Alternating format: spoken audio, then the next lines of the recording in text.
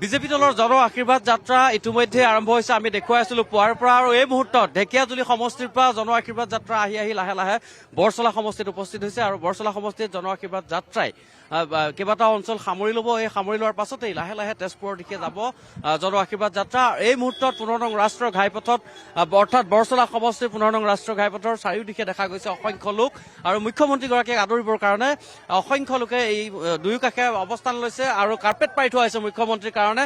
আৰু বৰচলাৰ স্থানীয় বিধায়ক গণেশ লিম্বু ডাঙৰীয়া আছে, তেখেতৰ নেতৃত্বতে সমগ্ৰ প্ৰক্ৰিয়া ইয়াত ব্যৱস্থা গ্ৰহণ কৰা হৈছে। মুখ্যমন্ত্ৰী অকণমান আগত আছে, বেছি সময় নাই আৰু তেওঁ আহি পাবহি। কেনেধৰণৰ আয়োজন চলাইছে আৰু কিমান মানুহ আহিছে? যথেষ্ট লোক দেখা পাইছো ইয়াত। মুখ্যমন্ত্ৰীক আদৰাৰ কি বিশেষ আপোনালোকে আয়োজন কৰিছে? চাওক, মানুহ সমষ্টিবাসী মানুহ সকলো গাঁৱৰ পৰা চুকে কোণে গাঁৱৰ সকলো মানুহ ওলাই আহিছে, আৰু মানুহৰ এটাই চিন্তা যে মাননীয় মুখ্যমন্ত্ৰী মহোদয়ক ওচৰৰ পৰা যাতে আশীৰ্বাদ যাতে দিব পাৰে। সকলো জাতি জনগোষ্ঠী, বিভিন্ন ভাষা ভাষী, বিভিন্ন ধৰ্মাৱলম্বী চবেই ওলাই আহিছে। ইয়াত গন্তি কৰিব নোৱাৰি, হাজাৰ হাজাৰ মানুহ ওলাই আহিছে। বিভিন্ন জাতি জনগোষ্ঠীৰ নৃত্য, কৃষ্টি, সংস্কৃতি সকলো দেখা গৈছে। হয়, সকলো জাতি সকলো জনগোষ্ঠীৰ যি মানে পৰম্পৰা, সাজ পোছাকৰ পৰা আৰম্ভ কৰি তেওঁলোকৰ জাতীয় মানে কালচাৰ, সংস্কৃতি সকলোবিলাক প্ৰদৰ্শন কৰা হৈছে। আৰু মাননীয় মুখ্যমন্ত্ৰী যি মুখ্যমন্ত্ৰীয়ে বিগত 5 বছৰ জনগণৰ স্বাৰ্থত যি ধৰণেৰে সন্মুখৰ পৰা নেতৃত্ব দিছিলে, অসমৰ স্বাৰ্থত যি এটা সিদ্ধান্ত লৈছিলে, অসমৰ ৰাইজে দেখিছে, অসমৰ প্ৰতিজন ৰাইজে অনুভৱ কৰে।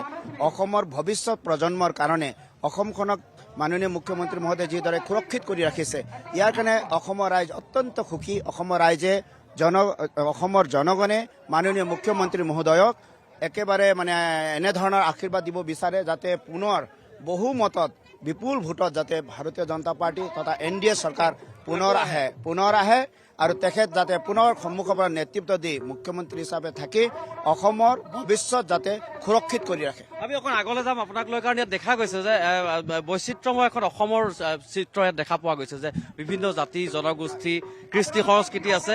এয়াই আচলতে বিজেপি দলৰ যি আদৰ্শ, যে সকলোকে সামৰি সমন্বিত প্ৰক্ৰিয়াৰে এখন বিকশিত অসমৰ যি ধাৰা, সেয়া দেখিবলৈ পোৱা গৈছে। ইয়াত আচলতে বিজেপিৰ প্ৰতি থকা ভালপোৱা নে আচলতে উন্নয়নৰ কাৰণে আহিছে?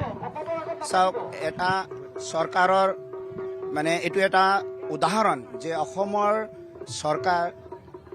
চৰকাৰ এটা সৰ্বভাৰতৰ কাৰণে উদাহৰণ, যে এখন গণতান্ত্ৰিক চৰকাৰ এজন মুখ্যমন্ত্ৰী যদি সক্ৰিয় হয়, জনগণৰ স্বাৰ্থ যদি কাম কৰা আৰু তেখেত যদি অভিজ্ঞ হয়, তেতিয়াহ'লে কেনেধৰণেৰে এক অভূতপূৰ্ব উন্নয়ন হ'ব পাৰে অসমৰ ৰাইজে ক'ব পাৰে। এটা সময় অসম কেনেকুৱা আছিলে, অসমৰ যি মানে পৰিৱেশ কেনেকুৱা আছিলে, কিন্তু আজি অসমখন এক আত্মনিৰ্ভৰশীল অসম, এক মানে আত্মবিশ্বাসৰ অসম হৈছে।